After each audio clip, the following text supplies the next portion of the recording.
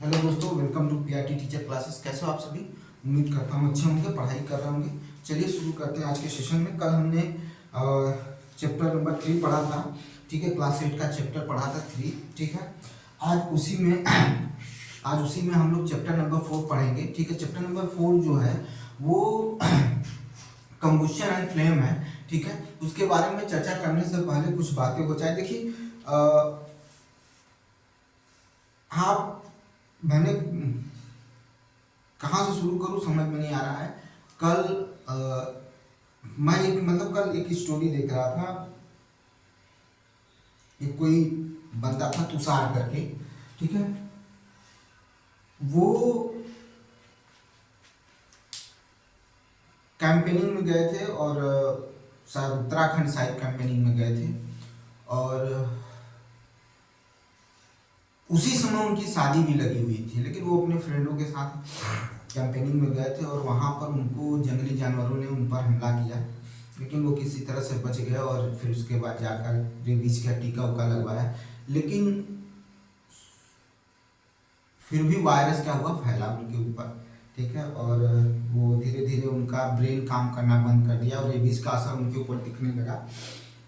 लेकिन जो लड़की थी जिनसे इनकी शादी तय थी, मतलब इंगेजमेंट हो गया था, उनसे उनकी बात भी होती थी, और फिर उन्होंने उनका साथ थामा और लगातार साथ दिया और शादी भी की उसी पीरियड में, जब वो समझ लीजिए कि एकदम कोमा में जाने की स्थिति में थे।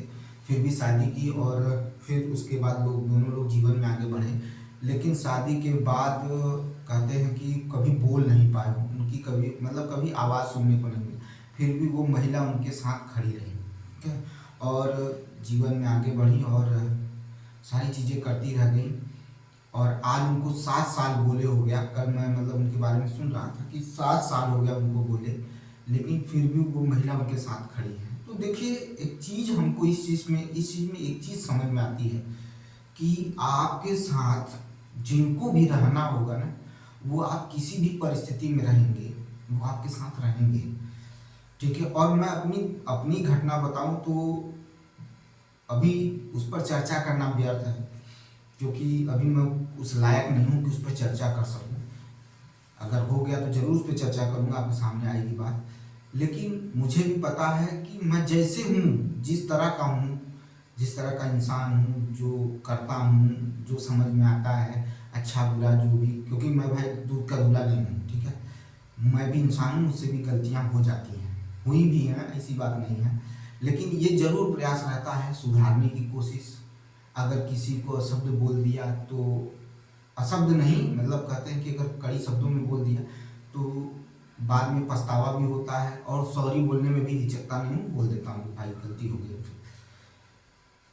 इसी पर एक चीज कहावत है कि अगर आप कीचड़ में सने हो ना, तो आप नल के पास जाते हो, क्योंकि कीचड़ तो धुलना है, नल के पास जाओगे ही, ठीक है।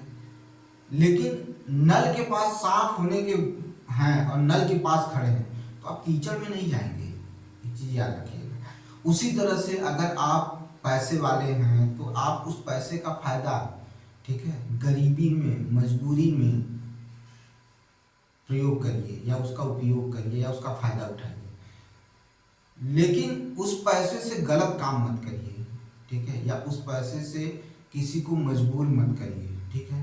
तो आप जैसे हैं, जो भी हैं, और आप स्ट्रगल के समय हैं, देखिए बात इसलिए है क्योंकि संघर्ष के समय बहुत कम लोग साथ देंगे आपके, ठीक है, बहुत कम साथ देंगे, ठीक है। और जब आप संघर्ष से निकलते हैं और जब आप एक सक्सेस इंसान बनते हैं, या आपकी सफलता मिलती है आपको ना, तो बहुत लोग आपको अपना जताना शुरू कर देते हैं, ठीक है। बहुत लोग आपको मानना शुरू करते हैं। खान सर इस तरह से खान सर नहीं हो गए, ठीक है। विकास दिव्या कीर्ति सर इस तरह से नहीं हो गए, ठीक है। भले ही जो भी हो, लेकिन आज नरेंद्र मोदी इस तरह से नरेंद्र मोदी नहीं हो गए। कभी अमित शाह, नरेंद्र मोदी स्कूटर पर बैठ के भाजपा का प्रचार करते थे, कभी भाजपा कार्यालय के बाहर बैठ कर, ठीक है, इंतजार करते थे बड़े बड़े नेताओं का, जो उसका नेतृत्व, भाजपा का नेतृत्व करते थे उस समय, ठीक है। काशीराम कभी काशीराम नहीं थे, ठीक है। साइकिल से घूम घूम के पूरे देश में उन्होंने चर्चा की, दलितों के उत्पीड़न या दलितों के उत्थान के लिए काम किया। फिर मायावती कभी मायावती नहीं थी, ठीक है, एक आम महिला जिसने भरे मंच में, भरे सभा में उधेड़ कर रख दिया विपक्ष को, वो ऐसी नहीं थी। उन्होंने अपने आप को बनाया और बुरे वक्त से गुजरी, ठीक है। नेताजी मुलायम सिंह यादव जी कभी ऐसे नहीं थे, ठीक है, कितने दिन तक छिपे रहे, पुलिस उनको खोजती रह गई, ठीक है, अपने लड़ाई लड़ने के लिए, अपने हक की लड़ाई लड़ने के लिए। तो बहुत लोग हैं। बिहार में आज जो स्थिति बनी हुई है, जिस तरह से बच्चे प्रोटेस्ट कर रहे हैं, वो बच्चे इस तरह से नहीं रहेंगे, आज नहीं कल वो उनका समय बदलेगा, जीवन बदलेगा, उसी में से कुछ एसडीएम बनेंगे, ठीक है, कुछ डीआईएसपी बनेंगे और कुछ बड़े पदों पर जाएंगे, बड़े बड़े विभाग को संभालेंगे बिहार के। तो वो ऐसे ही नहीं रहेंगे जो आज हीरोगिरी दिखा रहे हैं कुछ लोग, ठीक है, दनादन लाठियां भाज रहे हैं, ठीक है, जो हीरो बन रहे हैं कि हम बहुत अच्छा काम कर रहे हैं।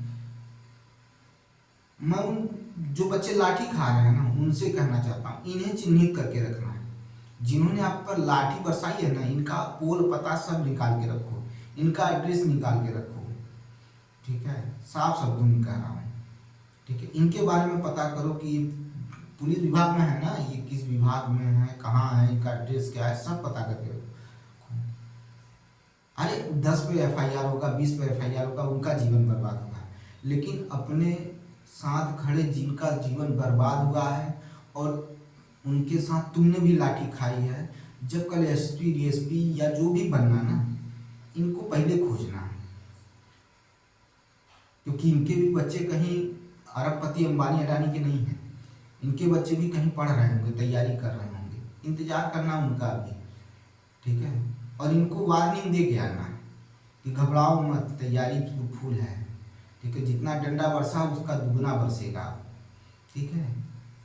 तो जो हीरो बन रहे हैं, ठीक है, कड़े शब्दों में विरोध कर रहा हूँ और कह रहा हूँ, इन्हें चिन्हित करो। ये चिन्हित कर रहे थे तुम्हें ना, आर्टिकल 21-21 का हवाला मत दिया करिए, ठीक है, वो जमाना गया, ठीक है। शर्म नहीं आई कह रहे, वहाँ की शायद एसपी कह रहे हैं कि थोड़ा सा हल्का सा बल का प्रयोग किया। इस तरह से मारा जाता है जिस तरह से उन्होंने मारा है।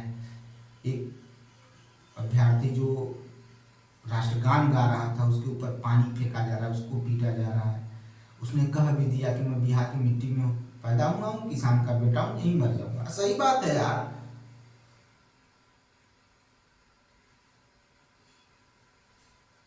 हम लोग गिरते पड़ते उड़ते चलते खेती करते हैं, किसानी करते हैं, ठीक है, पता रहता है कि कब कौन सी फसल होगी, क्या करना है क्या नहीं करना है, उसमें फिर पढ़ाई करते हैं, फिर मेहनत करते हैं, फिर जीवन को संवारते हैं, फिर आगे की तरफ बढ़ते हैं। कितना हम संघर्ष हम लोग झेलते हैं क्या पता है, न नेताओं को पता है, न इतने बड़े पोस्ट पर लोग, कुछ गरीब तबके लोग इतने बड़े पोस्ट पर पहुंचकर भूल जाते हैं अपनी मनोदशा, अपनी स्थिति इतनी परिवर्तित कर लेते हैं जिसकी कोई सीमा नहीं। लेकिन कुछ उसी में से होते हैं जो याद रखते हैं।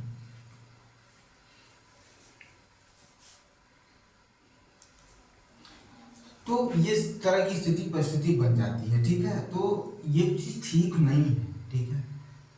जो हम ऐसे देश में रह रहे हैं जहाँ पर प्रतिस्पर्धा बहुत अधिक है, ठीक है, लोग अपनी लड़ाई लड़ रहे हैं, अपने जीवन की लड़ाई लड़ रहे हैं और मेहनत कर रहे हैं, ठीक है। वो आपसे क्या मांग रहे हैं? आपसे चोरी कर रहे हैं? नहीं, चोरी नहीं कर रहे हैं, कुछ मांग रहे हैं, वो अपना हक अधिकार मांग रहे हैं। अगर आपको उनको लगता है तो उनको बैठाइए, उनसे प्रूफ लीजिए, ठीक है, कोर्ट में वो भी जाए, आप भी जाइए, ठीक है, सत्यता की जांच कराइए, लड़ाई लड़िए और फिर उसके बाद जो चीज़ें कोर्ट आदेश कर रहा है या जो सही हो सकता है उसको आगे की तरफ लेके बढ़िए। लेकिन नहीं, ठीक है, लेकिन नहीं, कुछ लोग, नीतीश जी आपको समझ में नहीं आ रहा, कुछ लोग आपकी छवि बिगाड़ना चाहते हैं और आपके विभाग के ही लोग हैं, आपके नीचे ही काम कर रहे हैं, वो आपकी छवि बिगाड़ रहे हैं। और बच्चे कह चुके हैं खुलकर कि 2025 में आपको उसका रिजल्ट दिखा देंगे। ठीक है, ठीक है, 2025 में आपको रिजल्ट दिखा देंगे। ठीक है,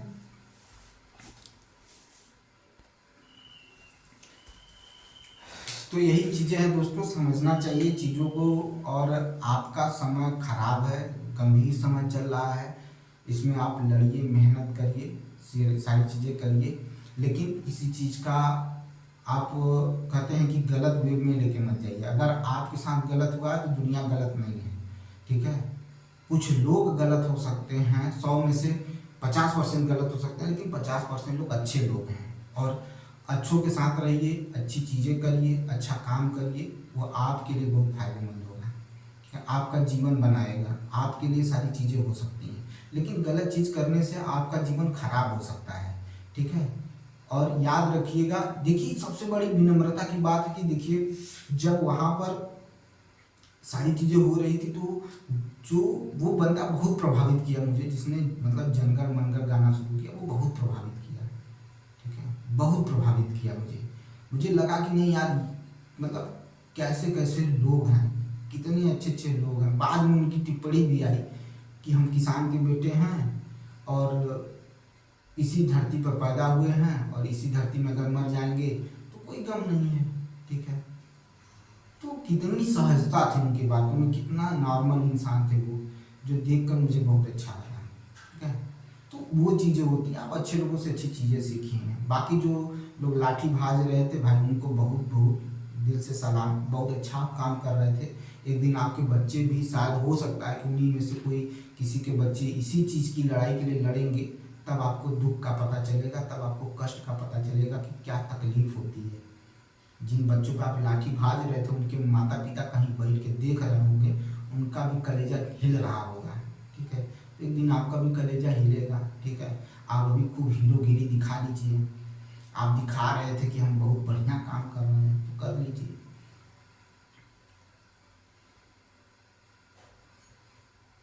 एक चीज़ याद रखिएगा, गरीब सिर्फ पैसे से गरीब है। ठीक है, और किसी चीज़ का मोहताज नहीं है वो। बड़े लोगों से भी बड़ा दिल होता है उन लोगों का, बड़े लोगों से ज़्यादा सम्मान उसका है, उसका ज़मीर जिंदा है, ये चीज़ याद रखिएगा। और शहर जिंदा है तो गांव है तब जिंदा है, नहीं शहर कब का मिट गया होता पता नहीं चलता। गांव जिंदा है तभी शहर जिंदा है। तो जो गांव देहात से मजदूरी दिहाड़ी करके या किसी तरह से पढ़ रहे हैं ना, उनको इस तरह से मत सताइए, उनकी आह लगेगी, कभी आप सुखी या सफल नहीं हो पाएंगे। मैं देख रहा था वीडियो जो भी आए, मैं देखा बड़े जैसे लग रहा था कि किसी आतंकवादी को पीट रहे हैं। अरे इतना कलेजा है तो आर्मी में जाइए ना, आइए बॉर्डर पर। ठीक है, इतना बेतहास पीट रहे थे, जिस तरह से मार रहे थे, जैसे लग रहा था ये आतंकवादी हैं। ठीक है, देश को बचा रहे हैं। आपको मेडल मिलेगा, घबराइएगा नहीं। ठीक है, कोर्ट थोड़ा सा भी संज्ञान ले लिया, एक्टिव हो जाता ना, या बच्चे चले जाते तो आप मजा आ जाएगा आपके साथ। ठीक है, तो वही चीज़ें हैं, क्या कहा जाए। ठीक है, यहाँ किसी को कुछ कहना बेकार है, समझना बेकार है। बाकी जो अच्छे लोग हैं वो लगे रहिए। ठीक है, मेहनत करते रहिए। चलिए पढ़ते हैं, पढ़ाई शुरू करते हैं। मेरा कुछ कहने का था नहीं था, लेकिन जब चीज़ें बात उठी, कल मैंने ये एक तरफ वो चीज़ें देखा और एक तरफ ये चीज़ें देखा, तो बड़ा ही डिफरेंस देखने को मिला, बहुत ही डिफरेंस देखने को मिला। एक छात्र जो होता है ना, उसका जीवन बहुत ही दयनीय होता है, बहुत ही बुरा होता है। ठीक है, बहुत ही खराब होता है। उसको जो लड़ाई लड़नी होती है ना, बहुत ही बुरी तरह से लड़नी होती है, बहुत मेहनत करना होता है, बहुत ही चीज़ें करनी होती हैं, जो सबके बस का नहीं है। ठीक है, जो सबके बस का नहीं है। ठीक है, जो सबके बस का नहीं है। ठीक है,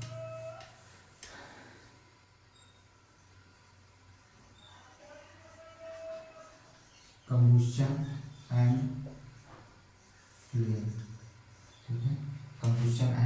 फ्लेम के बारे में आज पढ़ेंगे, ठीक है। यानी दहन व ज्वाला, दहन व ज्वाला के बारे में पढ़ेंगे। दिखाई दे रहा है भाई, कंबुशन ऑफ फ्लेम, दहन व ज्वाला। ध्यान से सुनिएगा, शुरू करने चल रहे हैं दहन व ज्वाला। क्या होता है भाई, हम पढ़ते तो जरूर हैं, हम फायर के बारे में, आग के बारे में पढ़ते तो जरूर हैं, जानते तो जरूर हैं, देखे भी हैं, लेकिन उसमें भी चीजें क्या हैं, किस तरह से है, उसके बारे में भी जानना जरूरी है, ठीक है। कि किस तरह से यह कार्य करता है या किस तरह से हमें इसका रासायनिक प्रतिक्रिया देखने को मिलती है, सारी चीजें हमें जानना बहुत जरूरी है, ठीक है। यह एक रासायनिक प्रक्रम है। पहली चीज तो क्या है, याद रखिएगा, यह एक रासायनिक प्रक्रम है, ठीक है। यह एक रासायनिक प्रक्रम है, ठीक है। पहले इसी चीज को याद रखिएगा, यह एक रासायनिक प्रक्रम है। और जो भी पदार्थ जो होता है, कोई भी पदार्थ, जैसे कागज हो गया, ठीक है, कागज हो गया, कोयला हो गया, लकड़ी हो गया, ठीक है, ऑक्सीजन की उपस्थिति में, ठीक है, ऑक्सीजन की उपस्थिति में या ऑक्सीजन से अभिक्रिया करके, ठीक है, ऑक्सीजन से ये पदार्थ जो चाहे लकड़ी ले लीजिए, चाहे कोयला ले लीजिए, चाहे कागज लीजिए, ऑक्सीजन से अभिक्रिया करके, ठीक है, ऑक्सीजन से अभिक्रिया करके उष्मा देने का काम करता है। क्या देने का काम करता है?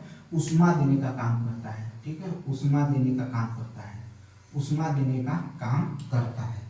जब उष्मा देने का काम करता है तो वही क्या कहलाता है? दहन कहलाता है। क्या कहलाता है? दहन कहलाता है, ठीक है। समझ में आई बात? कंबुशन कहलाता है, ठीक है। और जो पदार्थ जल रहा है, ठीक है, जो जिस पदार्थ से उष्मा प्राप्त हो जाएगी उसे दाह्य पदार्थ कहा जाता है। क्या कहा जाता है? दाह्य पदार्थ कहा जाता है। याद रखिएगा, क्या कहा जाता है? दाह्य पदार्थ कहा जाता है, ठीक है। समझ में आई बात? फिर से समझिएगा, मैं कह रहा हूं कि यह एक रासायनिक प्रक्रिया है या प्रक्रम है जिसमें ऑक्सीजन से अभिक्रिया करके, ठीक है, उष्मा देने का काम शुरू हो जाता है, ठीक है, या उष्मा देता है तो दहन कहलाता है। क्या कहलाता है? दहन कहलाता है, ठीक है। उष्मा देने का काम करता है तो दहन कहलाता है, ठीक है। एक चीज याद रखिएगा, क्या कहलाता है? दहन कहलाता है। और जिस पदार्थ के जरिए, ठीक है, जिस पदार्थ का दहन होता है, ठीक है, यानी जिस पदार्थ से उष्मा मिलती है, ठीक है, क्योंकि वो पदार्थ जलेगा तो उस ऑक्सीजन से विक्रिया करके तो उष्मा देता है, तो जिस पदार्थ से उष्मा प्राप्त होती है उसी को क्या कहते हैं? दाह्य पदार्थ कहते हैं या दाह्य कहलाता है। क्या कहलाता है? दाह्य कहलाता है। तो हम पहले किसके बारे में चर्चा करने चल रहे हैं? तो दहन के बारे में, यानी कंबुशन के बारे में चर्चा करने चल रहे हैं। कंबुशन के बारे में चर्चा करने चल रहे हैं, ठीक है, ठीक है। किसके बारे में चर्चा करने चल रहे हैं? कंबुशन के बारे में चर्चा करने चल रहे हैं, ठीक है।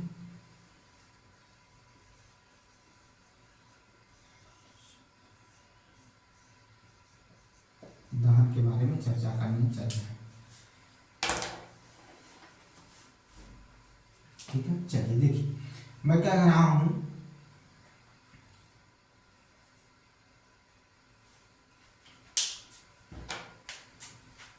दिख रहा है कि नहीं?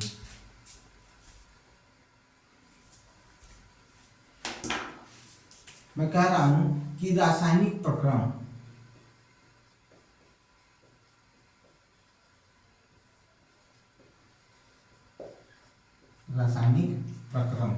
ठीक है, रासायनिक प्रक्रम के द्वारा, रासायनिक प्रक्रम के द्वारा लिखना सही होगा, रासायनिक प्रक्रम के द्वारा, ठीक है, रासायनिक प्रक्रम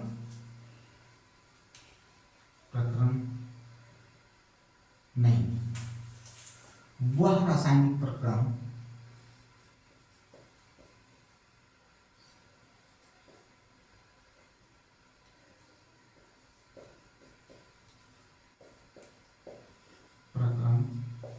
वह रासायनिक प्रक्रम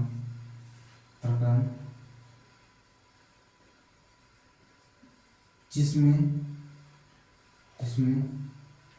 जिसमें कोई पदार्थ पदार्थ पदार्थ ऑक्सीजन से अभिक्रिया करके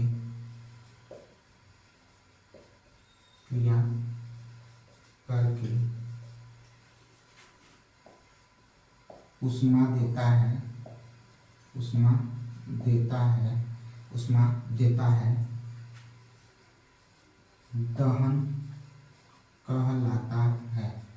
दहन कहलाता है। ठीक है, दहन कहलाता है।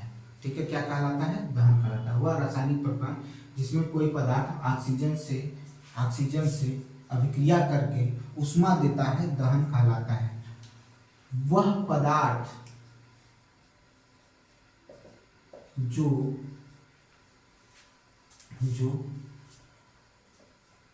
उष्मा देता है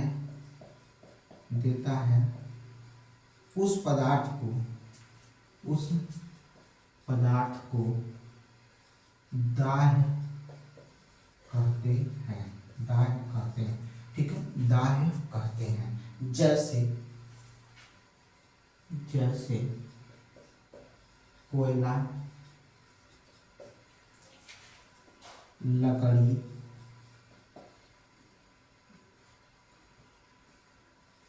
कागज,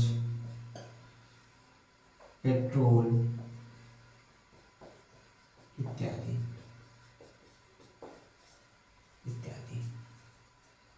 ठीक है, इत्यादि। ठीक है, समझ में आया कि नहीं आया? पहले इतना समझ लीजिए कि वह रासायनिक प्रक्रिया जिसमें कोई पदार्थ ऑक्सीजन से अभिक्रिया करके उष्मा देता है, दहन कहलाता है। वह पदार्थ जो उष्मा देता है उस पदार्थ को दाह्य कहते हैं। जैसे कोयला, लकड़ी, कागज, पेट्रोल। ठीक है, इत्यादि। ये सारी चीजें क्या करते हैं? उष्मा देने का काम करते हैं। हमारे शरीर के लिए ईंधन का काम कौन करता है? हमारे शरीर के लिए ईंधन का काम कौन करता है? भोजन करता है। भोजन से जो पोषक तत्व निकलते हैं वो हर सेल तक पहुंचते हैं और वो कार्बोहाइड्रेट से क्रिया करते हैं ऑक्सीजन के साथ और हमें ऊर्जा देने का काम करते हैं। वही सारी चीजें चलती रहती हैं। तो यहाँ पर ये चीजें हमने क्या कर लिया? क्लियर किया कि वह रासायनिक प्रक्रिया जिसमें कोई पदार्थ ऑक्सीजन से विक्रिया करके उष्मा देता है, दहन कहलाता है या कंबशन कहलाता है। वह पदार्थ जो उष्मा देता है उस पदार्थ को दाह्य कहते हैं या जलता है। ठीक है, जलकर उष्मा देता है, उसी को क्या करते हैं? या दहन करता है। ठीक है, उसी को क्या कहते हैं? दाह्य कहते हैं। याद रखिएगा, ये दिखने में आपको बहुत ही कह रहे हैं सरल लगता होगा, लेकिन इस सब चीजों का कहते हैं कि इसी में आपको क्या करेंगे? एग्जामिनर क्या कर देगा? आपको फंसा देगा। इसी में एग्जामिनर आपको क्या कर देगा? फंसा देगा। ठीक है, अब भाई देखिए, जलने की बात हुई, दहन करने की बात हुई, तो सूर्य से उष्मा, ठीक है, सूर्य से उष्मा प्राप्त होती है, तो नाभिकीय अभिक्रिया द्वारा उष्मा प्राप्त होती है। नाभिकीय अभिक्रिया द्वारा क्या होता है? उष्मा प्राप्त होती है। उसमें हाइड्रोजन होकर आपस में क्या कर रहा है? हाइड्रोजन की वजह से क्या होता है? उष्मा निकलना शुरू होती है, क्योंकि वहां पर संलयन विधि होती है। ठीक है, तो प्रकाश उत्पन्न होता है। ठीक है, तो ये सारी चीजें क्या होती हैं? दहन की श्रेणी में आती हैं, जिससे हमें क्या होता है? ऊर्जा प्राप्त होता है। ठीक है, नाभिकीय अभिक्रिया द्वारा क्या होता है? सूर्य से उष्मा हमें क्या होती है? प्राप्त होती है। अब ध्यान से सुनिएगा, देखिए चीजें कहते हैं ना कि चीजों को समझना चाहिए। अब देखिए क्या होता है, जैसे कोई व्यक्ति को, ठीक है, कोई व्यक्ति है, अगर उसको आग पकड़ लेती है, ध्यान से समझिएगा क्योंकि इसी प्रक्रम को जोड़ा गया है। अगर किसी व्यक्ति को आग पकड़ लेती है तो उस पर पानी नहीं डालना चाहिए, बल्कि हमें उसे कंबल से क्या कर देना चाहिए? ढक देना चाहिए। कंबल से क्या करना चाहिए? ढक देना चाहिए। ऐसा करने से क्या होगा? ऐसा करने से बात ये होगा कि जो ऑक्सीजन का संपर्क होगा वो क्या हो जाएगा? टूट जाएगा, क्योंकि ऑक्सीजन की उपस्थिति में ही तो चीजें जल रही हैं, तो ऑक्सीजन का संपर्क जो होगा वो टूट जाएगा। ठीक है, और आग अपने आप क्या हो जाएगी? बुझ जाएगी। क्या हो जाएगी? अपने आप बुझ जाएगी। यही चीज गर्मी के मौसम में जंगलों में देखने को मिलता है।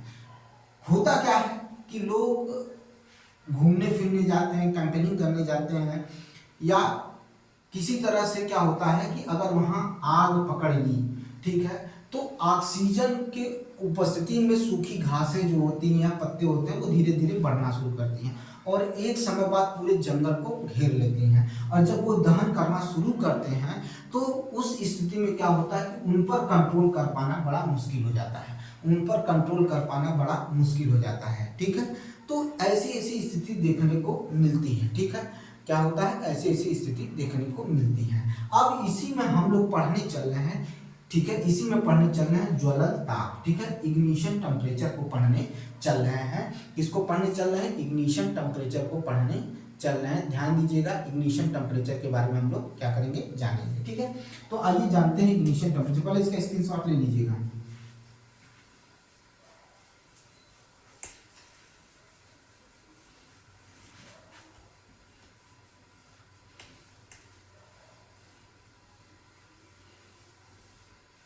पहले समझ लेते हैं, पहले हम लोग क्या करते हैं, इसको समझ लेते हैं क्योंकि समझना बहुत जरूरी है। ठीक है, इसको समझना जरूरी है। देखिए समझिएगा पहले। ठीक है, ऐसे समझिएगा, हमने कोयला ले लिया एक तरफ लकड़ी ले लिया। ठीक है, अब वह न्यूनतम ताप, ठीक है, वह न्यूनतम ताप जिस पर कोई पदार्थ क्या करने लगता है, दहन करना शुरू कर देता है या जलने लगता है, वह न्यूनतम ताप, वह न्यूनतम ताप जिस पर कोई पदार्थ जलने लगता है, ठीक है, जलने लगता है, ठीक है, वही क्या कहलाता है, आपका ज्वलन ताप कहलाता है। अब जैसे हमने कोयला और लकड़ी ले लिया। ठीक है, लकड़ी को जलाने के लिए, ठीक है, एक माचिस की तीली बहुत है। ठीक है, अगर आप क्या करते हैं, जलाने की कोशिश करते हैं, लकड़ी कुछ देर में आग पकड़ेगी। क्या कोयला एक माचिस की तीली से जल जाएगा? नहीं जलेगा, क्योंकि वह न्यूनतम ताप से भी कम ताप उसको मिल रहा है, जबकि लकड़ी को जलाने के लिए उतना न्यूनतम ताप चाहिए वो मिल जा रहा है। ठीक है, घरों में खाना बनाने से पहले जो है लकड़ी के जो छोटे छोटे डंठल होते हैं उनको तोड़कर लगाया जाता है। ठीक है, चूल्हे में वो आग पकड़ लेते हैं। लेकिन जब कोयले की बात होती है तो कोयले को जलाने के लिए पहले लकड़ी को जलाया जाता है, फिर कोयला धीरे धीरे आग पकड़ता है और फिर उसके बाद उसमें क्या होता है, वो उष्मा देने का काम करता है। लेकिन लकड़ी तुरंत जल जाती है और तुरंत उष्मा देना शुरू करती है, यानी कम, उसका न्यूनतम ताप क्या है, लकड़ी का कम है, जबकि कोयले का न्यूनतम ताप अधिक है। उस टेम्परेचर पर जब हम जाएंगे तभी जाकर कोयला का क्या होगा, दहन शुरू होगा या कोयला जलना शुरू होगा। उससे पहले कोयला क्या होगा, जलना शुरू नहीं करेगा। ठीक है, उससे पहले कोयला जलना शुरू नहीं करेगा, याद रखिएगा। समझ में आई बात? यही ज्वलन ताप है, यही ज्वलन ताप है। ठीक है, समझ में आई बात कि नहीं आई? तो इग्निशन टेम्परेचर के बारे में हम लोगों को क्या करना है, पढ़ना है।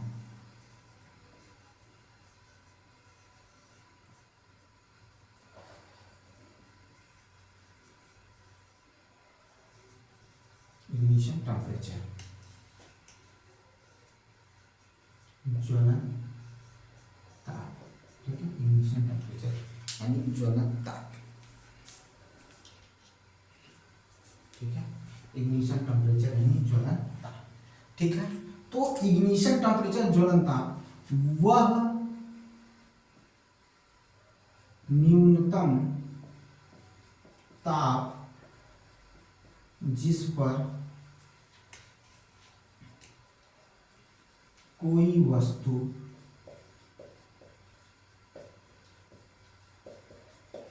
जलने लगती है, वह जलने लगती है, वह उस वस्तु का या पदार्थ का, यहाँ पदार्थ लिखिए, पदार्थ सही रहेगा, पदार्थ का। ठीक है, वह न्यूनतम ताप जिस पर कोई पदार्थ जलने लगता है, वह उस पदार्थ का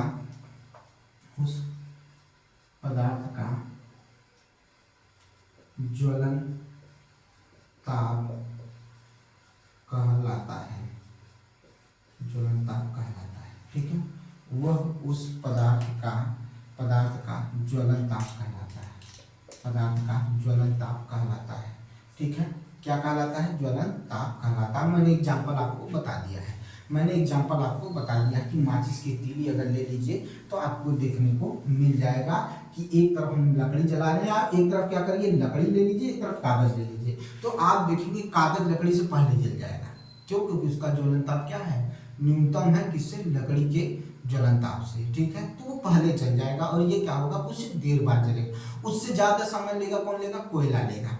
पेट्रोल लकड़ी से भी अरे कागज से भी जल्दी पकड़ लेता है, एक चिंगारी भर से आग पकड़ लेता है, गैस उससे भी जल्दी जल्दी पकड़ लेता है, जो सीएनजी हम यूज करते हैं। तो ये ज्वलन ताप हो गया। अब इसको आप समझ रहे हैं, देखिए होता वही चीज है। मैं आपको बता दूं कि एनसीईआरटी में मैं लाइन टू लाइन नहीं पढ़ा रहा हूँ, आपको मैं वो चीज दे रहा हूँ जहां से क्वेश्चन उठता है। अब ज्वलन ताप पूछ लिया और आपको उसके बारे में जानकारी नहीं है, तो फिर क्या होना चाहिए, कैसे होना चाहिए, वो चीज समझिए, ठीक है। वह न्यूनतम ताप जिस पर कोई पदार्थ जलने लगता है, ठीक है, वो न्यूनतम ताप, ठीक है, जिस पर कोई पदार्थ जलने लगता है, ठीक है, वह उस पदार्थ का ज्वलन ताप कहलाता है या इग्निशन टेम्परेचर कहलाता है, ठीक है। ये चीज आपको याद होनी चाहिए।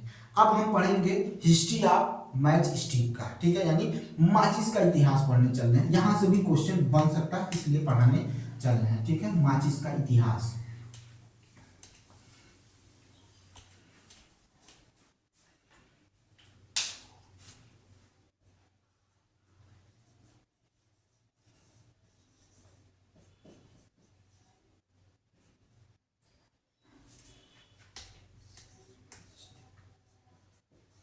हिस्ट्री ऑफ मैच स्टिक, ठीक है, हिस्ट्री ऑफ मैच स्टिक पढ़ने चल रहे हैं, ठीक है, मैच स्टिक, ठीक है, यानी माचिस का इतिहास पढ़ने चल रहे हैं, ठीक है। सुनिएगा ध्यान से।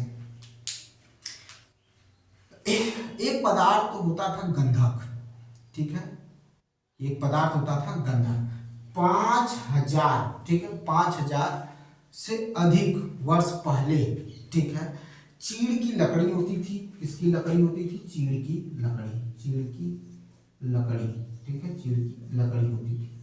इसको गंधक में क्या किया जाता था? डुबोया जाता था, ठीक है, चीड़ की लकड़ी को गंधक में डुबोया जाता था और फिर इसको क्या किया जाता था? माचिस के टुकड़े की तरह क्या किया जाता था? यूज किया जाता था। ये जलना शुरू हो जाता था, ठीक है, माचिस की तरह उपयोग किया जाता था, ठीक है, किसको? मैच स्टिक को, अरे चीड़ की लकड़ी को, ठीक है। तो किसमें डुबोया जाता था? तो गंधक में डुबोया जाता था, गंधक में डुबोया जाता था।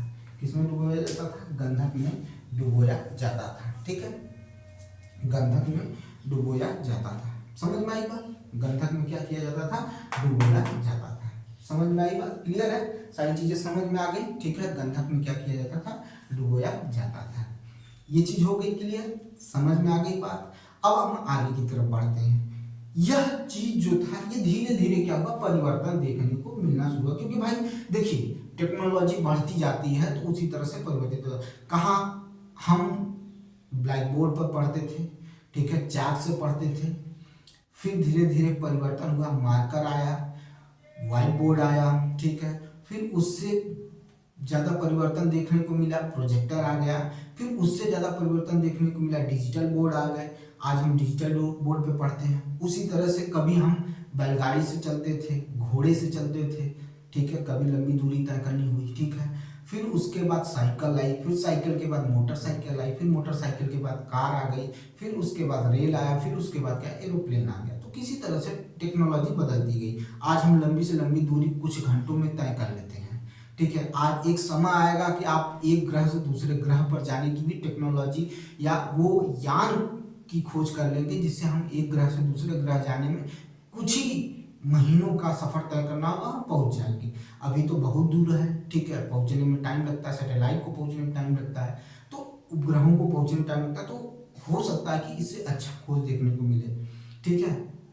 एलॉन मस्क इस समय जिस रॉकेट पर काम कर रहा है उसके बारे में अभी भारत में चर्चा हो रही है। एक चीज याद रखिएगा, जिसके बारे में अभी क्या हो रही है? भारत में चर्चा हो रही है, ठीक है। अभी उसका शुरू नहीं किया गया, जबकि उसने उसका परीक्षण कर लिया है। वो खुद ही स्वतः लैंड कर जाएगा, ठीक है, जाएगा भी और स्वतः लैंड भी करेगा। इस तरह की चीजें टेक्नोलॉजी बढ़ती जा रही है, ठीक है। आज हमारे यहाँ ईंधन का जो खतरा है बहुत तेज, क्योंकि हम लोग इससे पहले चैप्टर में पेट्रोलियम के बारे में पढ़े थे, तो उसका मैंने कहा था कि ये 100 वर्ष 50 वर्ष ठीक है, किसी के पास हो सकता है 150 वर्ष तक रहे, लेकिन आने वाले समय में खत्म हो जाएगा। तो हम किस तरह से अपने जो गाड़ियां हैं, कारें हैं, मोटरसाइकिल कैसे चलाएंगे, उनको चलाने के लिए चाहिए ना। तो उसके लिए भी क्या हो रहा है, बैटरी का यूज किया जा रहा है, यानी अब कारें जो हो रही हैं बैटरी से चल रही हैं, बहुत सारी चीजें देख रहे हैं निकल चुकी हैं, तो उसी तरह से कार्य कर रहे हैं। ठीक है, कोयला एक समय बाद खत्म हो जाएगा, क्योंकि कोयला हमारे देश में कोयले से बहुत अधिक मात्रा में बिजली पैदा की जाती है।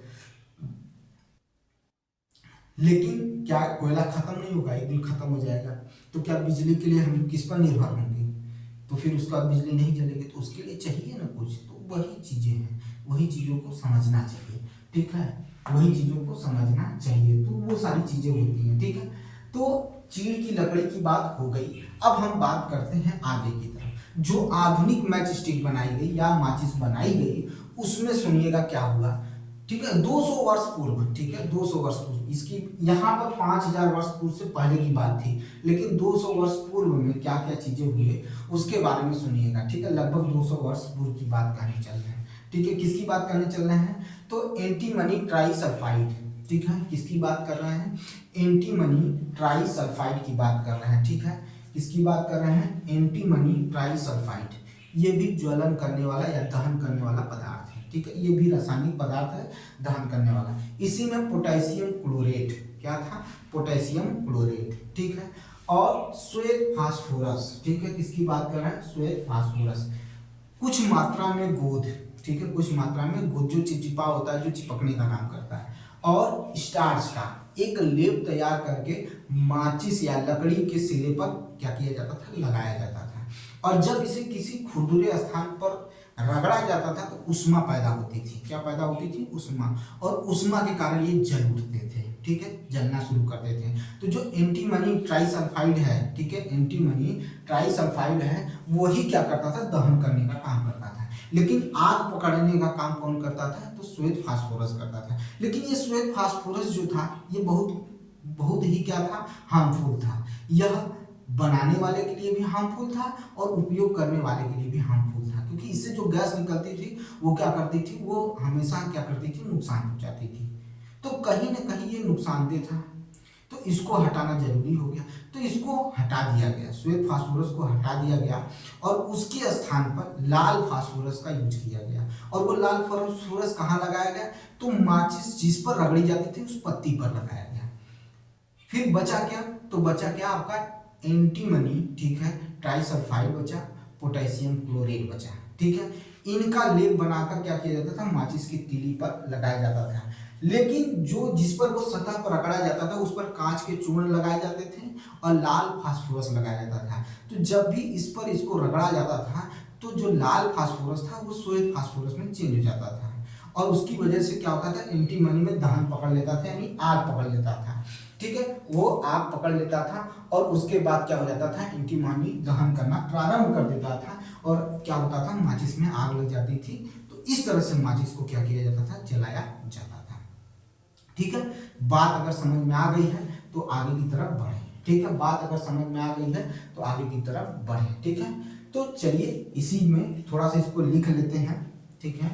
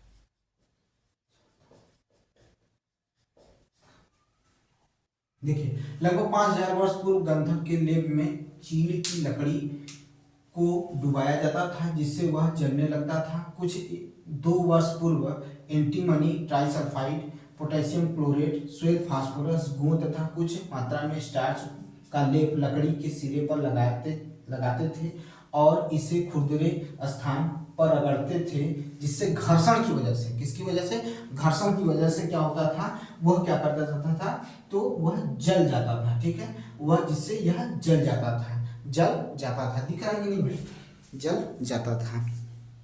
हाँ ठीक है, दिख रहा है, जल जाता था। और जब जल जाता था तो भाई आग पकड़ लेता था। ठीक है, जलने की वजह से क्या कर लेता था, आग पकड़ लेता था जब जल जाता था। देखिए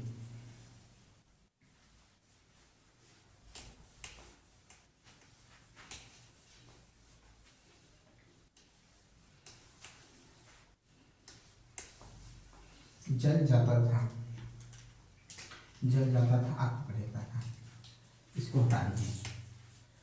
परंतु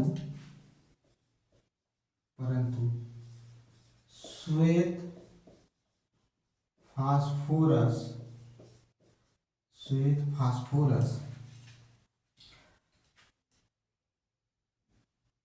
माचिस बनाने, माचिस बनाने वाले तथा उपयोग करने वाले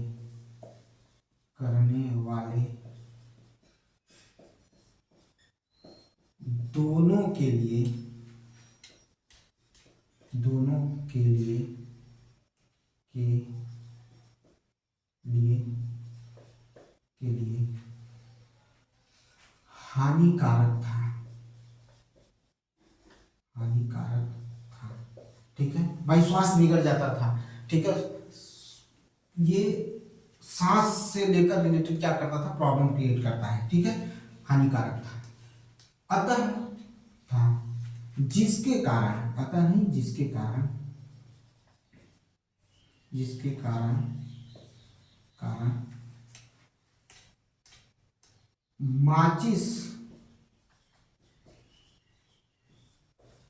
को जलने के लिए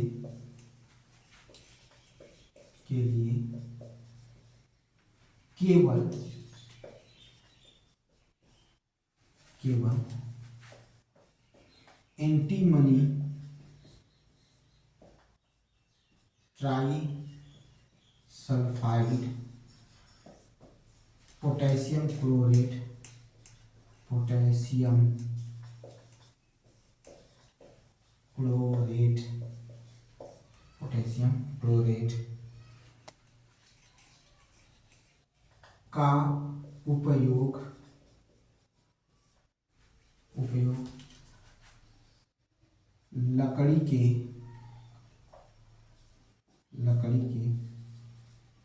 सिरे पर करते थे, जबकि जिस सतह पर इसे रगड़ा जाता था, इसे रगड़ा जाता था, उस पर कांच के टुकड़े तथा लाल फास्फोरस का उपयोग शुरू हुआ। लाल फास्फोरस का उपयोग शुरू हुआ हुआ जब घर्षण करते जब घर्षण करने पर माचिस की तीली, माचिस की, नहीं इसको मत लिखिए, इसके आगे लिखिए, ठीक है, उपयोग शुरू हुआ। ठीक है, इतना लिखिए। परंतु श्वेत फास्फोरस माचिस बनाने वाले तथा उपयोग करने वाले दोनों के लिए हानिकारक था, जिसके कारण माचिस को जलने के लिए केवल एंटीमनी ट्राइसल्फाइड पोटेशियम क्लोराइड का उपयोग लकड़ी के सिरे पर करते थे। जब जिस सतह पर इसे रगड़ा जाता था उस उसे कांच के टुकड़े उस पर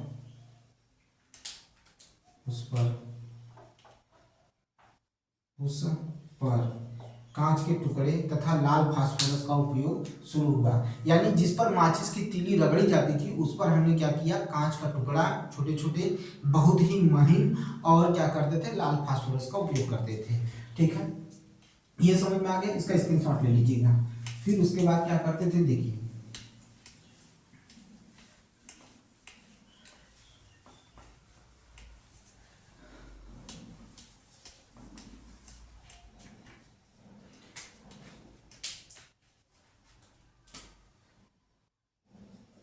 जब माचिस की तीली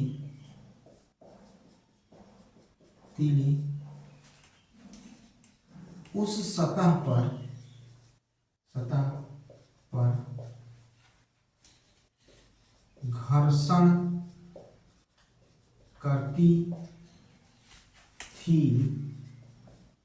तो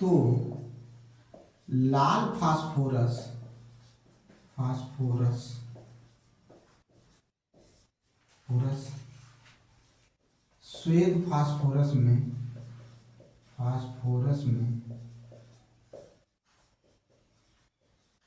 बदल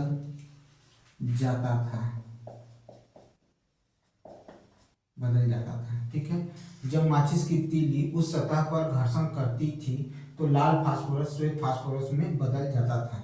ठीक है, ऐसा करने पर, ठीक है, बदल जाता था।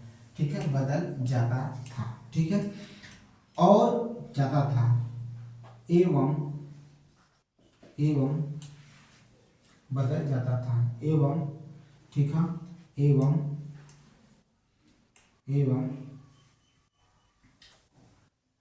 पोटेशियम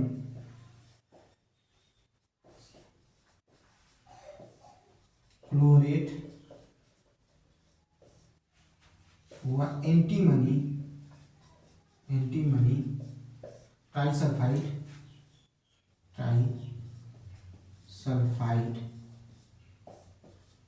दहन करने लगते थे।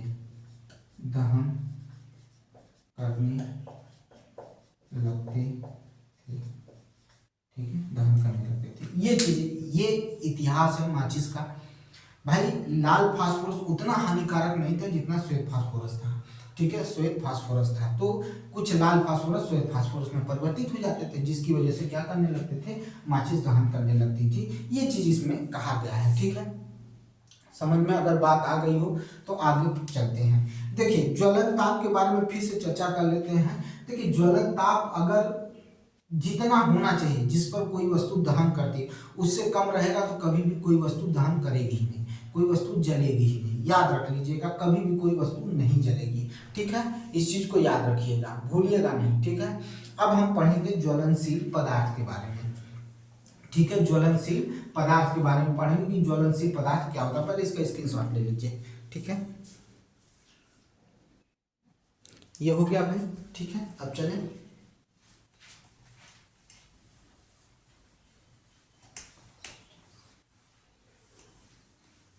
अब हम पढ़ेंगे ज्वलनशील पदार्थ के बारे में। ठीक है, इनफ्लेमेबल सब्सटेंस।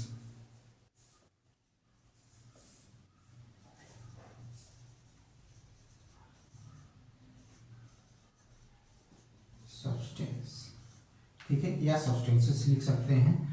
ज्वलनशील पदार्थ, ज्वलनशील पदार्थ,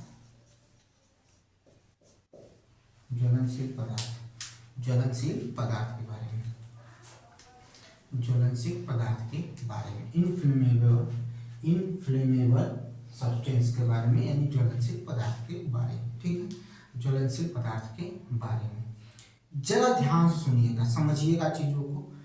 मैंने इसीलिए ज्वलन ताप की बात अभी कुछ देर पहले की थी, क्योंकि इससे जरूरी था, जुड़ना था। जिस भी पदार्थ का ज्वलन ताप कम होगा वह जल्दी और सफल तरीके से आग पकड़ लेंगे। फिर से समझिएगा, जिस पदार्थ का, ठीक है, ज्वलन ताप कम होगा वह जल्दी और सफलतापूर्वक आग यानी पूरी तरह से वो आग पकड़ लेंगे। इसी को कहा जाता है ज्वलनशील पदार्थ कहा जाता है। जैसे पेट्रोल हो गया, डीजल हो गया, ठीक है, लकड़ी हो गई, ठीक है, केरोसिन तेल हो गया, ये सब चीजें क्या है, ये आग पकड़ लेते हैं। कागज हो गया, ये सब क्या है, ये सब क्या है, जल्दी से आग पकड़ लेते हैं। उनसे भी ज्यादा तेज एलपीजी है, ठीक है, लिक्विड पेट्रोलियम गैस है, ये भी पूरी तरह से आग पकड़ लेते हैं और जलते हैं, ठीक है। तो हमने कहा जिन पदार्थों का ज्वलन ताप कम होगा वह उतना ही जल्दी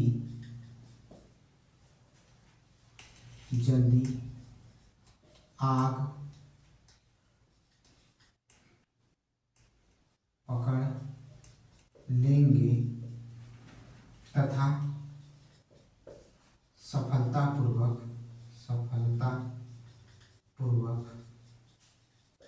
जल जाएंगे,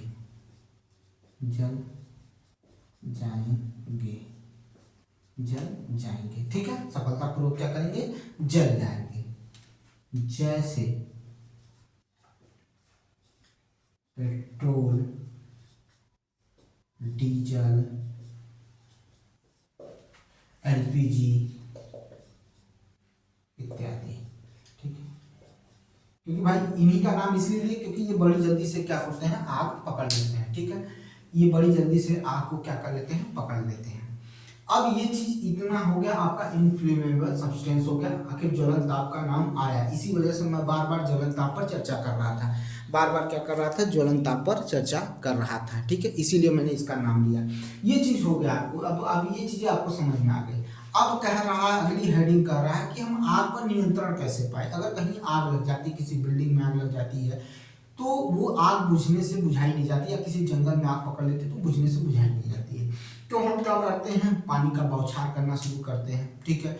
जो फायर ब्रिगेड होता है वो पानी का बौछार शुरू करता है। तो पानी के जो वाष्प होते हैं ना, वो एक ऐसा आवरण बना लेते हैं। ध्यान से समझिएगा, क्योंकि इसको लिखाऊंगा नहीं, ये समझने वाली चीज है, ठीक है। हर चीज नहीं लिखाई जाती है।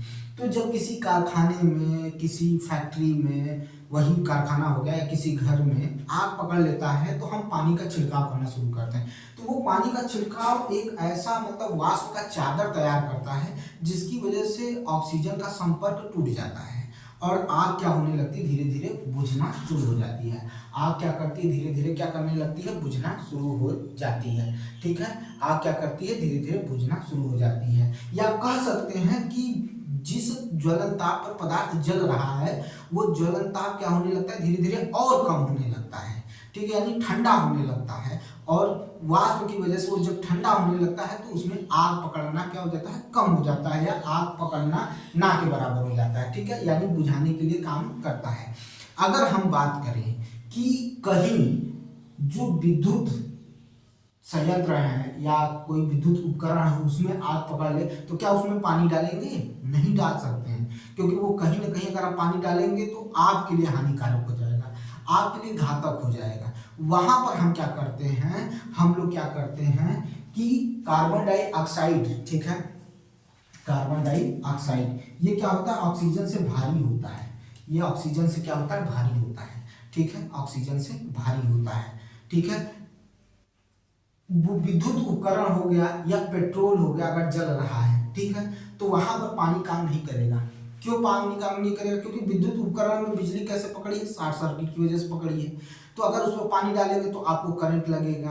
अगर पेट्रोल जल रहा है तो पानी अगर पेट्रोल में फेंकेंगे तो क्या होगा, पानी क्या होगा, पेट्रोल के नीचे सतह पर चला जाएगा, पेट्रोल ऊपर तैरेगा, वो आग पकड़ेगा। देखे भी हैं आप, क्या होता है पानी में अगर पेट्रोल फेंक कर या पेट्रोल डालकर उसमें आग लगाइए, आग लग जाता है, क्योंकि पानी की सतह पर क्या होता है, क्योंकि पानी भारी होता है, जल भारी होता है, वो नीचे रहेगा और पेट्रोल उसके ऊपर तैरेगा, तो जब तैरेगा तो उसमें आग लगेगी, तो वो जलेगा, वो रुकने वाला नहीं है।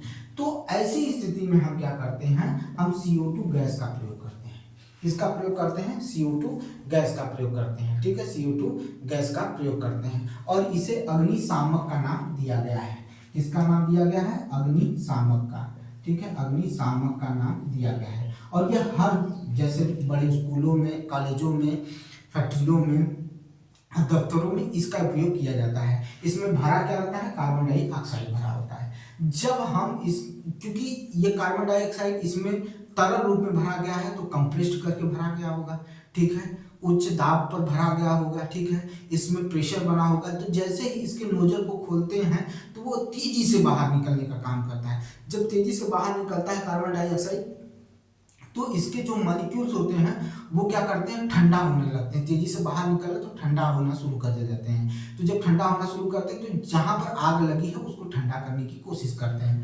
कार्बन डाइऑक्साइड की वजह से क्या हो जाता है, आग हो जाती है बुझ, ठीक है, क्योंकि ऑक्सीजन के कारण क्या होता है, आग क्या होता है, कंबल की तरह, क्या कार्बन डाइऑक्साइड क्या होता है, ऑक्सीजन आग के ऊपर एक कंबल का काम करता है और ऑक्सीजन से संपर्क टूट जाता है और आग क्या हो जाती है, बुझ जाती है, ठीक है, या आग बुझ जाती है और ईंधन और ऑक्सीजन के बीच का संपर्क भी क्या हो जाता है, टूट जाता है, यानी जलने वाली चीज का ऑक्सीजन से संपर्क टूट जाता है। यानी कार्बन डाइऑक्साइड के अतिरिक्त अगर हम कोई चीज यूज कर सकते हैं तो दो चीजें और यूज कर सकते हैं जो कार्बन डाइऑक्साइड का मतलब क्या करते हैं, कार्बन डाइऑक्साइड देने का काम करते हैं, ठीक है, कार्बन डाइऑक्साइड देने का काम करते हैं, उसका भी उपयोग हम कर सकते हैं। वो दो चीजें क्या हैं, तो दो चीजें ऐसी हैं जिनको पाउडर के रूप में होता है, जो हम क्या करते हैं, उसका क्या करते हैं, ज्यादा से ज्यादा क्या करते हैं, छिड़काव करने का शुरू काम करते हैं, किस पर, किसी वस्तु पर जिस पर आग लगी हो, क्योंकि वहां पर छिड़कने से वो कार्बन डाइऑक्साइड ही देना शुरू कर देते हैं, अभिक्रिया करके कार्बन डाइऑक्साइड देना शुरू करते हैं। वो है सोडियम बाइकार्बोनेट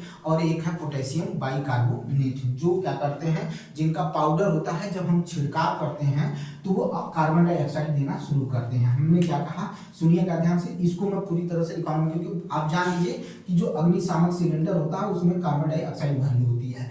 अगर कार्बन डाइऑक्साइड भरी है तो जब इसका नोजल खोलते हैं, लॉक खोलते हैं, तो कार्बन डाइऑक्साइड बहुत बड़ी मात्रा में निकलती है और आग के ऊपर कंबल की तरह काम करती है। और जब आग के ऊपर कंबल की तरह काम करती है तो आग यानी ईंधन के बीच में या जो चीज जल रही है उसके और ऑक्सीजन के बीच का संपर्क टूट जाता है, जिसकी वजह से आग बुझ जाती है, ठीक है, ये चीज ये समझ लीजिए। पहली चीज ये क्लियर हो गई, ठीक है, पहली चीज ये क्लियर हो गई। अब मैं कह रहा हूं कि कुछ पाउडर होते हैं जो जिनका छिड़काव करने से भी आग बुझ जाती है, क्योंकि उसमें से भी कार्बन डाइऑक्साइड निकलता है, तो वो होता है सोडियम बाइकार्बोनेट और पोटेशियम बाइकार्बोनेट होता है, ठीक है, ये रसायन पाउडर होते हैं जिनका छिड़काव करने पर भी आग क्या होती है, बुझ जाती है। तो मैंने किसकी बात किया, सोडियम बाई कार्बोनेट और दूसरा पोटेशियम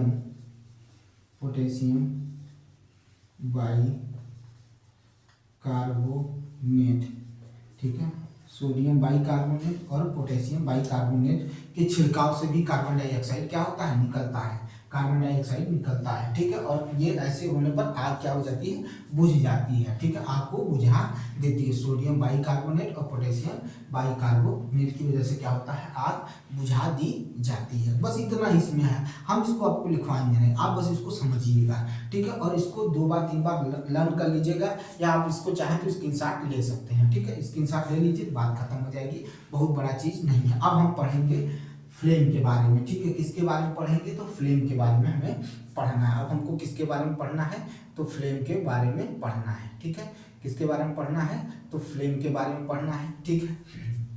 अगर हम इसी में देखें तो फ्लेम के बारे में अगर बात करने से पहले कंबुशन के अगर टाइप्स बने, टाइप्स ऑफ कंबुशन क्या होता है, तो टाइप ऑफ कंबुशन जो होता है वो 2 तरह का होता है, ठीक है, 2 तरह का होता है, ठीक है, क्या होता है, 2 तरह का होता है, एक तीव्र दहन होता है और एक स्वतः दहन होता है, एक तीव्र दहन होता है और एक स्वतः दहन होता है। कुछ गैसें जो होती हैं, ध्यान से सुनिएगा, तीव्र दहन किसको कहते हैं, ध्यान से सुनिएगा, बात समझ में आ जाएगी, पकड़ में आ जाएगी, ठीक है। कुछ जो गैसें होती हैं वो तेजी से जलना शुरू करती हैं, ठीक है। जैसे हमारे यहाँ का सिलेंडर, तेजी से जो सिलेंडर में जो गैस भरी है एलपीजी, वो तेजी से जलने शुरू करती हैं, उष्मा और प्रकाश उत्पन्न करती हैं, उष्मा और क्या करती हैं, प्रकाश उत्पन्न करती हैं, ठीक है। तो इस प्रकार के दहन को तीव्र दहन कहते हैं, क्या कहते हैं, तीव्र दहन कहते हैं, ठीक है। इस प्रकार के दहन को क्या कहते हैं, तीव्र दहन कहते हैं। और अगर हम बात करें कि कुछ इस प्रकार के दहन, कुछ इस प्रकार के दहन जो बिना किसी प्रत्यक्ष, ठीक है, या प्रत्यक्ष कारण हो या अचानक से, ठीक है, ठीक है, अचानक से आग पकड़ ले, अपने आप आग पकड़ ले, उसी को क्या कहते हैं, स्वतः दहन कहते हैं, क्या कहते हैं, स्वतः दहन कहते हैं, क्या कहते हैं, स्वतः दहन कहते हैं, ठीक है। समझ में आई बात, यही है आपके प्रकार, दहन के क्या है, प्रकार है, ठीक है, याद रखिएगा, दहन के प्रकार होते हैं, ठीक है। आप देखेंगे त्योहारों में आतिशबाजी होती है, जैसे दीपावली के समय क्या होती है, आतिशबाजी होती है, ठीक है, होलिका दहन करते हैं तो भी आतिशबाजी होती है, ठीक है। तो उसमें क्या होता है, इसमें क्या होता है कि आपको तीन चीजें देखने को मिलती है, आतिशबाजी में तीन चीजें देखने को मिलती है।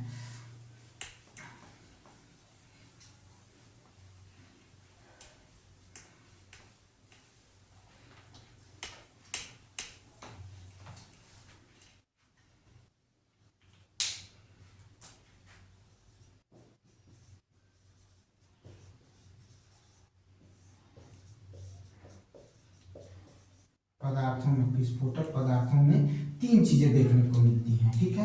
एक तो मिलता है उष्मा, दूसरा मिलता है प्रकाश, तीसरा मिलता है क्या, ध्वनि, ठीक है, उच्च ध्वनि देखने को मिलता है, प्रकाश, उष्मा और ध्वनि देखने को मिलता है, ठीक है। होता क्या है कि इस तरह से उसको टाइट बांधा जाता है किसी भी विस्फोटक पदार्थ को, ताकि उसमें क्या हो सके, आग लगाने पर उसमें अचानक से गैस बन सके, ठीक है। जब वो गैस बनेगा, ठीक है, और गैस बनने की वजह से क्या होता है कि वो क्या करता है, गैस बाहर निकलने के लिए क्या करता है, पूरी क्षमता से क्या करता है, फटने का काम करता है, जिससे आवाज होती है। और जब अचानक से गैस बाहर निकलती है तो वो ऑक्सीजन के साथ क्रिया करके जल जाती है, क्योंकि उसमें जो रासायनिक अभिक्रिया हुई है, रासायनिक पदार्थ यूज किया गया, उसकी वजह से क्या हो जाता है, वो जल जाती है। तो उससे क्या होता है, ढेर सारी उष्मा भी जनरेट होती है, प्रकाश भी जनरेट होता है, ध्वनि उच्च दाब के कारण उत्पन्न होता है। तो इस तरह से विस्फोटक पदार्थ क्या करता है, कार्य करता है। यानी आप जो कहते हैं कि इस पर दाब लग रहा है, दाब नहीं लगता है, याद रखिएगा, उसको इतना टाइट बांध दिया जाता है कि वो दबाव में ही रहता है, प्रेशर बनाता है, और जब उसमें गैस क्रिएट होती है आग लगने पर, वो गैस बाहर निकलने का प्रयास करती तो फटता है, जब वो फटता है तो जब गैस बाहर निकलती है, ऑक्सीजन के संपर्क में आती है, तो उसमें आग लग जाता है, और वही क्या करता है, बहुत सारे प्रकाश का क्या करता है, प्रकाश देता है, और ध्वनि के साथ साथ क्या होता है, उष्मा भी देने का काम करता है। इस यही कारण है विस्फोटक का, ठीक है, यही कारण है विस्फोटक का। अब हम पढ़ेंगे फ्लेम, यानी किसके बारे में पढ़ेंगे, ज्वाला के बारे में पढ़ेंगे, फ्लेम यानी ज्वाला के बारे में पढ़ेंगे।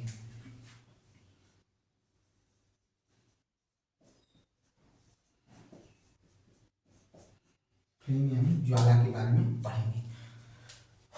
देखिए ध्यान से सुनिएगा, इसमें भी समझने की जरूरत है, इसमें भी बहुत कठिन नहीं है, ठीक है, इसमें भी समझने की जरूरत है, ठीक है। ज्वाला की संरचना किस तरह से होती है, कैसे होती है, उसको समझने की जरूरत है, ठीक है, उसको समझने की जरूरत है। दिखाई दे रहा है भाई, चलिए भाई, ज्वाला, ठीक है, समझिएगा, इसको ध्यान से सुनिएगा, एक लाइन का सेंटेंस, एक लाइन है, उसी को समझ लीजिए, बाकी सब चीजें हो जाएंगी, ठीक है। दहन के समय पदार्थ का जो वाष्पित भाग है, वही ज्वाला का क्या करता है, निर्माण करता है। फिर से समझिएगा, दहन के समय, दहन के समय, ठीक है, दहन के समय पदार्थ, जो पदार्थ वाष्पित होता है, जो पदार्थ वाष्पित होते हैं, दहन के समय जो पदार्थ वाष्पित होते हैं, ठीक है, जो पदार्थ वाष्पित होते हैं, वही क्या कहलाते हैं, ज्वाला कहलाते हैं, या वही ज्वाला का निर्माण करते हैं। दहन के समय जो पदार्थ वाष्पित होते हैं, ठीक है, वही क्या करते हैं, ज्वाला का निर्माण करते हैं। दहन के समय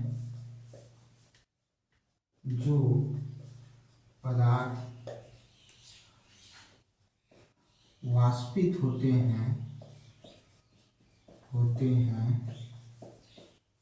वही ज्वाला का निर्माण करते हैं, ज्वाला का निर्माण करते हैं। जैसे मिट्टी का तेल तथा पिघली हुई मोमबत्ती,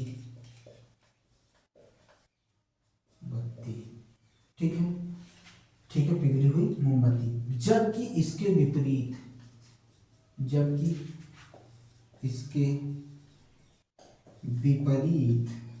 ये इंपॉर्टेंट पॉइंट है, ये जो हम लिखवा रहे हैं इसके विपरीत, लकड़ी का कोयला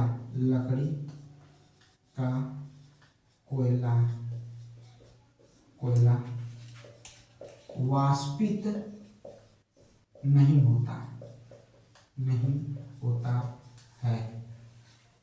नहीं होता है। अतः यह ज्वाला का निर्माण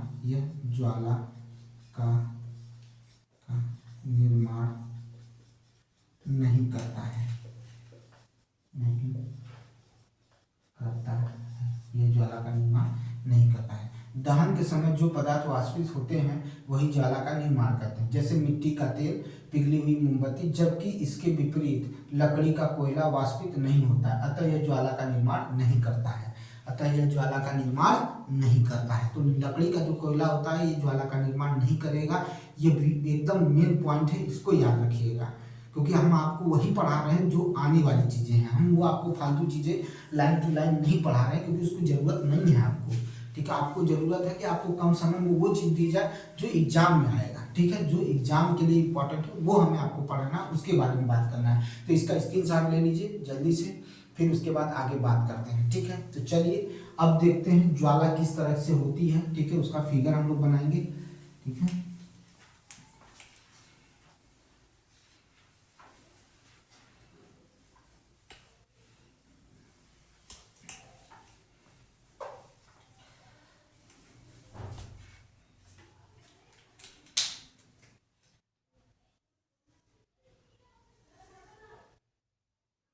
ठीक है, अब ये हो गई आपकी मोमबत्ती, समझिएगा। देखिए भाई, मेरे पास बहुत व्यवस्था तो नहीं है, लेकिन जितना है उतने में आपको समझाने की कोशिश कर रहा हूँ। ठीक है, उतना आपको समझाने की कोशिश कर रहा हूँ। ठीक है, ये देखिए यहाँ पर हमने, ये इसकी बत्ती है। ठीक है, ये इसकी क्या है, बत्ती है, याद रखिएगा ये।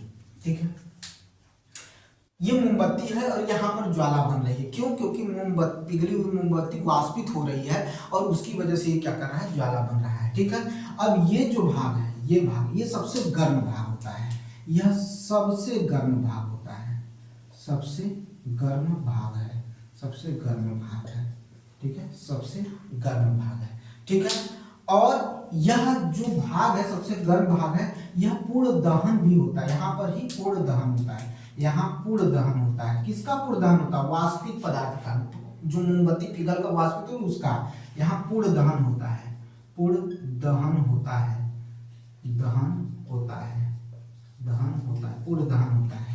यहाँ पूर्ण दहन होता है। ठीक है, और ये किस कलर का होता है? तो नीले कलर का होता है। किस कलर का होता है? तो यहाँ पर जो कलर बनेगा वो क्या बनेगा? नीला बनेगा। और ये बाह्य क्षेत्र भी है। ठीक है, नीला किस रंग का होगा? फिर से देखिए, नीला। क्या होगा? नीला होगा। ठीक है, ये क्या होगा? नीला होगा। समझ में आई बात? नीला है। ठीक है, अब ये क्या है? ये कम गर्म होता है। यह क्षेत्र क्या होता है? कम गर्म होता है।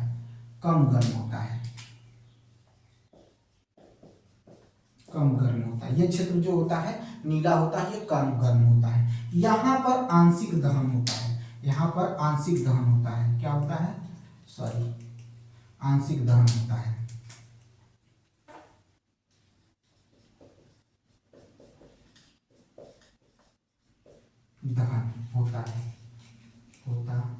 और ये पीला होता है। ठीक है, आंशिक दहन होता है, पीला होता है। ठीक है, ठीक है, पीला होता है। ठीक है, सबसे कम गर्म ये क्षेत्र होता है, सबसे कम गर्म, सबसे कम गर्म, सबसे कम गर्म। ठीक है, सबसे कम गर्म ये होता है। और यह भाग जो होता है, ठीक है, क्यों बार बार हमेशा कर रहे हैं भाई, ये जो भाग होता है ये काला वाला भाग, ठीक है, ये काला होता है। यहाँ कोई आग वाग नहीं रहती है, यहाँ पर कोई ज्वलन दहन होता ही नहीं।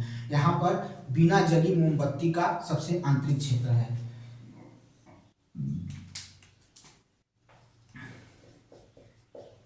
बिना जली मोमबत्ती का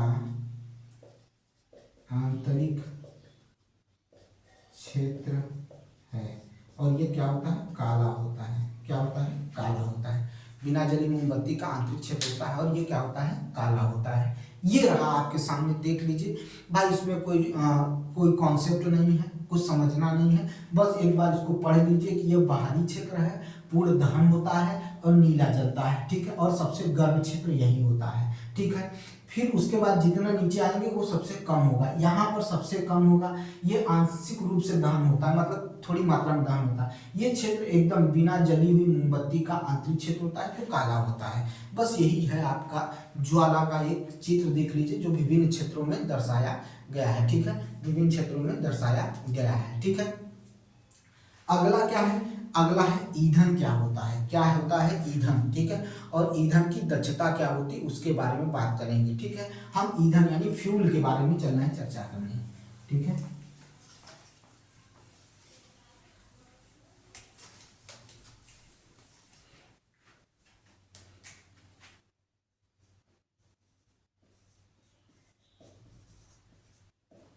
ईंधन, ठीक है, फ्यूल के बारे में चर्चा करने चलना है। ईंधन क्या होता है भाई, ईंधन वही है जो हमें क्या दे, प्रकाश दे, उष्मा दे, वही तो ईंधन हुआ। ठीक है, क्या दे, उष्मा दे, प्रकाश दे, ऊर्जा दे, यही क्या होता है, ईंधन होता है। जैसे लकड़ी, कोयला, पेट्रोल, डीजल, एलपीजी, ये सब क्या है, ईंधन कहलाते हैं। इसमें तो कोई बात है नहीं, इसमें कुछ समझना नहीं है। अब आइडियल फ्यूल के बारे में जान लीजिए, आइडियल फ्यूल के बारे में जान लीजिए। आइडियल फ्यूल क्या होता है, जो कि कभी संभव ही नहीं है। ठीक है, आइडियल फ्यूल संभव ही नहीं है। ठीक है, ऐसा कोई ईंधन ही नहीं बना है जो आइडियल फ्यूल हो, जो आइडियल फ्यूल हो। ठीक है, आइडियल फ्यूल हो, ऐसा कोई ईंधन बना ही नहीं है। अब आइडियल फ्यूल का मतलब क्या होता है, आदर्श ईंधन का मतलब क्या होता है। आदर्श ईंधन वो होता है जो 100% उष्मा, ऊर्जा, प्रकाश देने की कोशिश करे और साथ में जो उससे हानिकारक तत्व है वो न निकले। ठीक है, और वो सस्ता भी मिले। ठीक है, मतलब ज़्यादा महंगा ना हो, सस्ता हो, आसानी से अवेलेबल हो जाए, वही तो आदर्श ईंधन है, वही तो आदर्श ईंधन है। उसी को हम क्या कहेंगे, आदर्श ईंधन कहेंगे। तो इसमें कुछ समझने की जरूरत है नहीं, बस ये समझ लीजिए कि ये मिल ही नहीं सकता है, ये हो ही नहीं सकता है। ठीक है, ये हो ही नहीं सकता है। ठीक है, अब हम पढ़ने चल रहे हैं ईंधन की दक्षता। ठीक है, ईंधन की दक्षता के बारे में पढ़ेंगे। ठीक है, ईंधन की दक्षता के बारे में पढ़ेंगे, जितना भाई चाहिए उतना हम आपको बताते हुए चल रहे हैं। ईंधन की दक्षता,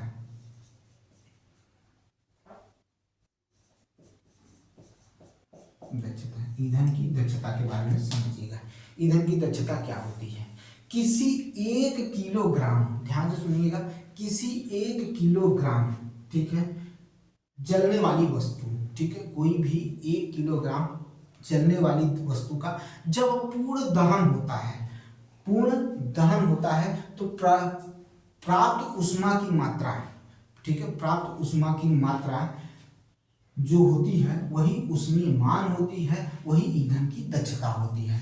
ऊष्मीयमान को किलो जूल, ठीक है, किलो जूल प्रति किलोग्राम में मापते हैं। ऊष्मीयमान को किलो जूल प्रति किलोग्राम में मापते हैं। ठीक है, किलो जूल प्रति ग्राम में मापते हैं, तो यही ईंधन की दक्षता हुई। यानी जब हम 1 किलोग्राम वस्तु को, जलने वाली वस्तु को जलाते हैं तो जो उससे ऊष्मा प्राप्त होती है, जो उससे ऊष्मा प्राप्त होती है वही उसकी ऊष्मा, ऊष्मीयमान होता कहलाता है। और ऊष्मीयमान का जो मात्रक होता है, जो ऊष्मीयमान का मात्रक होता है वो किलो जूल प्रति किग्रा होता है, किलो जूल प्रति किग्रा होता है।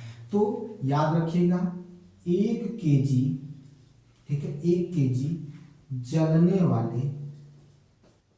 वाले पदार्थ से प्राप्त ऊष्मा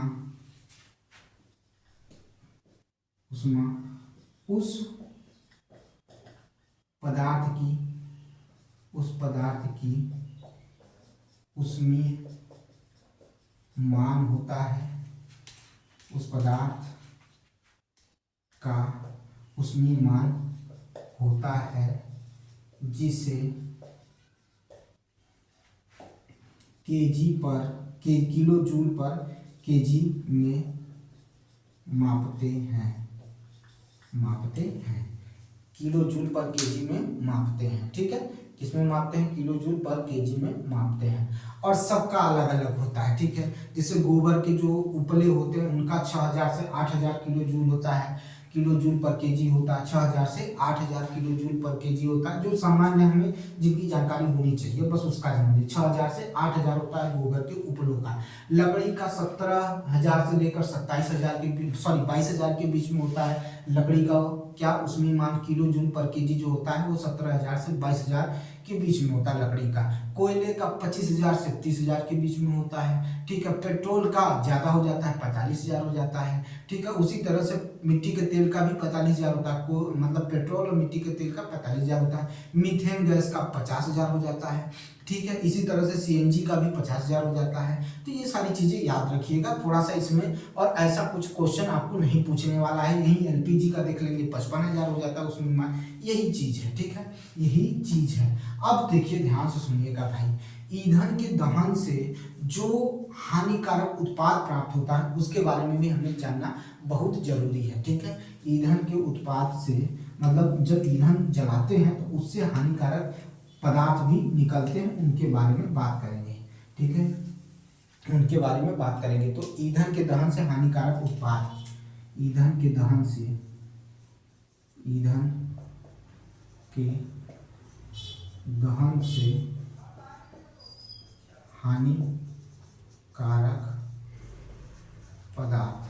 हानिकारक पदार्थ। ठीक है, दो चीजें याद रखिएगा, 2 मिनट रुक जाइए। चलिए देखिए, ईंधन के दहन से हानिकारक पदार्थ। ठीक है, पहली बात समझिएगा, कोयला हो गया, लकड़ी हो गया, जब भी इसको जलाएंगे तो ये कार्बनिक पदार्थ है। ठीक है, तो ये कार्बन के छोटे छोटे कण को छोड़ना शुरू करेंगे।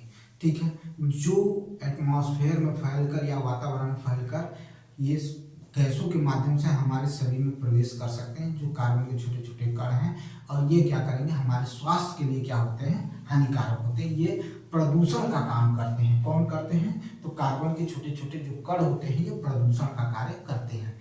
तो हम लिख सकते हैं, पहला इसमें लिख सकते हैं कि लकड़ी व कोयला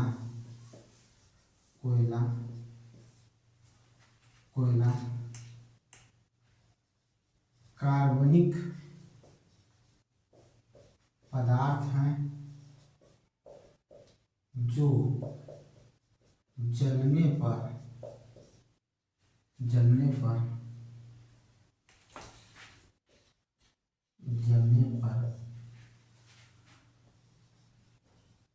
कार्बन के छोटे छोटे कण वातावरण में फैलते हैं जो मानव स्वास्थ्य के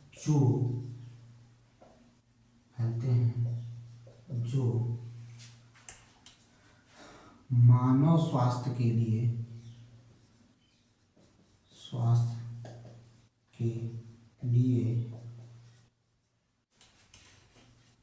प्रदूषक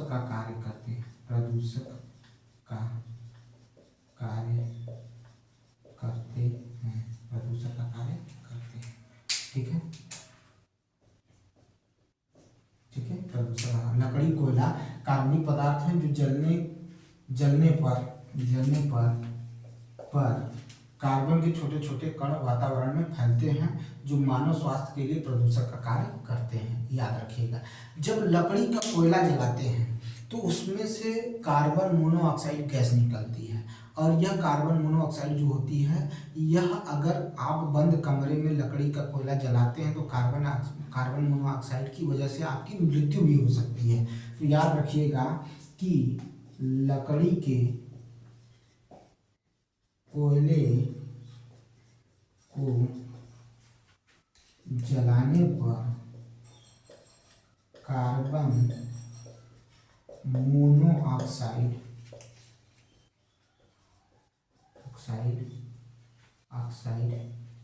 गैस निकलती है,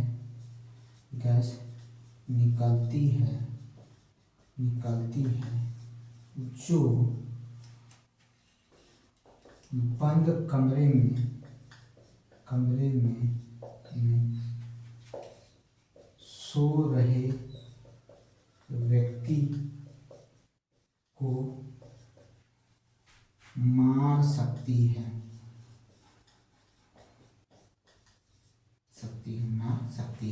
भाई फैलेगी, कमरा बंद है तो वहां पर ऑक्सीजन की कमी होगी, जिसकी वजह से क्या होगा, इंसान मर सकता है। क्योंकि कार्बन मोनोऑक्साइड जो गैस होती है ये अत्यंत विषैली गैस होती है। क्या होती है? अत्यंत विषैली गैस होती है, जिसकी वजह से सो रहे व्यक्ति की मृत्यु भी हो सकती है।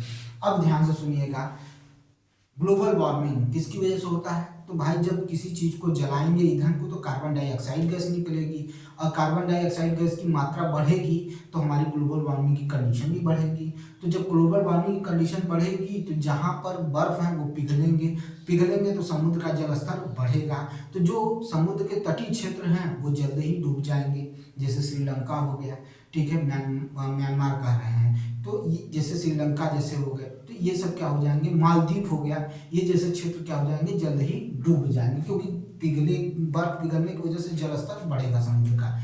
ये कारण है ग्लोबल वार्मिंग का, ठीक है। चौथा सुनिए ध्यान से, तो कोयले और डीजल का जब दहन करते हैं, दो चीजों का, वो इंपॉर्टेंट है। ग्लोबल वार्मिंग आप समझते हैं, उसको बढ़ाने की जरूरत नहीं है, उसको बारे में बताने की जरूरत है। जब हम कोयला और डीजल को जलाते हैं, याद रखिएगा किसकी बात कर रहे हैं, कोयला और डीजल। ये तीसरा है, इंपॉर्टेंट समझिएगा इसको, तीसरा है।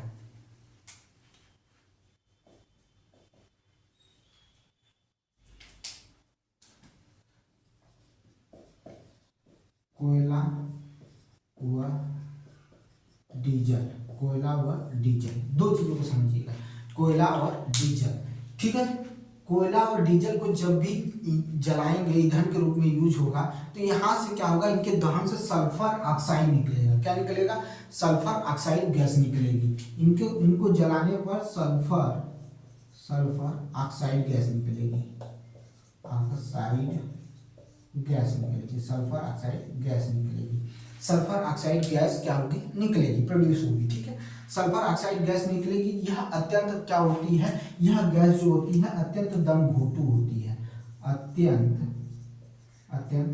दम घोटू होती है, अत्यंत दम घोटू होती है, ठीक है। अत्यंत क्या होती है, दम घोटू होती है, यानी दम घोटने का काम करती है, ठीक है। और इसी में देखा जाए तो अगर पेट्रोल को हम जलाते हैं तो वहां से क्या निकलता है, तो नाइट्रोजन गैस निकलती है, और नाइट्रोजन गैस क्या करती है, ऑक्साइड में चेंज होना शुरू हो जाती है। तो यानी नाइट्रोजन ऑक्साइड और सल्फर ऑक्साइड, ठीक है, नाइट्रोजन ऑक्साइड और सल्फर ऑक्साइड जो होती है वो जल के साथ क्या हो जाती है, जल की बूंदों के साथ मिल जाती है, यानी जल की बूंदों में घुल जाती है। तो जब ये बारिश होती है तो ये अम्ल वर्षा के रूप में आते हैं, ठीक है, ये क्या आते हैं, अम्ल वर्षा के रूप में आते हैं। यानी कहीं न कहीं जल में घुलकर नाइट्रोजन ऑक्साइड और सल्फर ऑक्साइड जल में घुलकर क्या बना लेते हैं, अम्ल बना लेते हैं। और जब अम्ल बना लेते हैं तो अम्ल वर्षा की शुरुआत हो जाती है। यह अम्ल वर्षा कहीं न कहीं जलीय जीवों को, मानवों को, यहाँ तक मृदा को क्या करते हैं, प्रदूषित करते हैं, जलीय जीवों को मारने का काम करते हैं, मानव को क्षति पहुंचाते हैं, यहाँ तक कि